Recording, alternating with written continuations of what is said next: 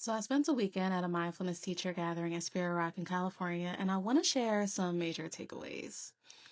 If you know me personally, you know I spend a lot of time in solitude, and for the most part, I genuinely love it there.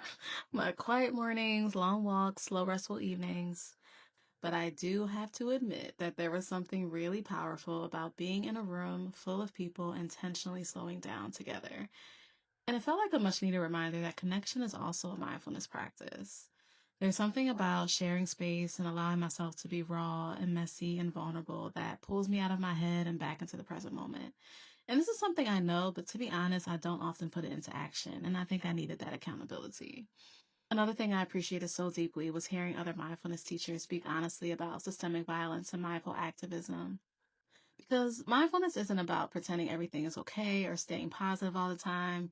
It isn't meant to numb us out or make us passive. Real mindfulness is staying present and facing what's hard and staying connected to ourselves and each other in the midst of it all. And with that, I also really loved hearing from Kazu Haga, who spoke about social change through trauma healing and restorative justice and compassionate dialogue around conflicts. And it was inspiring to remember that individual healing and liberation work don't exist separately from one another. And I had to pick up one of his books before I left.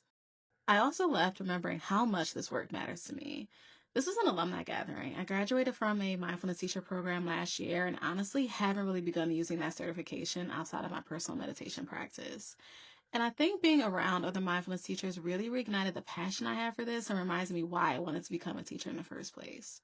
I think somewhere between surviving adulthood and navigating these difficult seasons, I should say I think I sometimes drift away from the things that make me feel most alive and the connections that ground me. So this trip felt like finding my way back to purpose and community and simultaneously myself.